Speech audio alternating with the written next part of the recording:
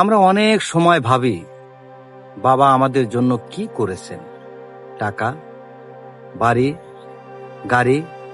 আসলে বাবা আমাদের দিয়ে গেছেন এক বিশাল শূন্যতা, যা আমরা সারা জীবন পূরণ করার চেষ্টা করি।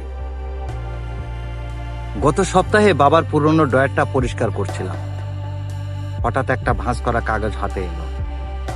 বাবার হাতের লেখা, অনেক দিন আগের লেখা একটা চিঠি, যেখানে বাবার জীবনের সবচেয়ে বড় আফসোসের কথা লেখা ছিল।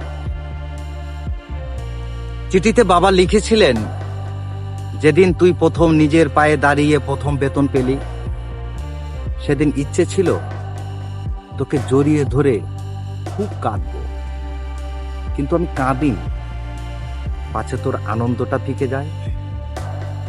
আমার এই ভাঙ্গা চশমা আর পুরনো পাঞ্জাবিটাই যেন তোর জয়ের মুকুট হয়ে থাকে। আমি তাকে পৃথিবী জয় করতে চেয়েছিলাম, নিজে হেরে গিয়েও।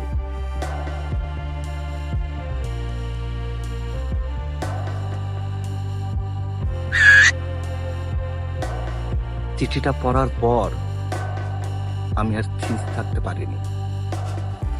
আমরা যখন সফল হই, তখন চারদিকের বাহবা শুনতে পাই, কিন্তু পিছনে তাকিয়ে কি কখনো দেখেছি সেই মানুষটা যিনি নিজে না খেয়েও আমাদের স্বপ্নগুলো বাঁচিয়ে রেখেছেন? তিনি আজও আমাদের দিকে চেয়ে হাসছেন। সময় থাকতে বাবা মাকে একটু ভালোবাসুন। তাদের কোনো দামি গিফটের দরকার নেই, শুধু আপনার একটুখানি সময় আর দুটো মিষ্টি কথাই তাদের কাছে পৃথিবীর সেরা সম্পদ। প্রিয় বন্ধুরা, ভিডিওটি ভালো লাগলে শেয়ার করে এই বার্তাটি সবার কাছে পৌঁছে দিন। আমি আব্দুল মালেক আজকের মতো বিদায় নিচ্ছি। সবাই ভালো থাকবেন, সুস্থ থাকবেন। আল্লাহ হাফেজ।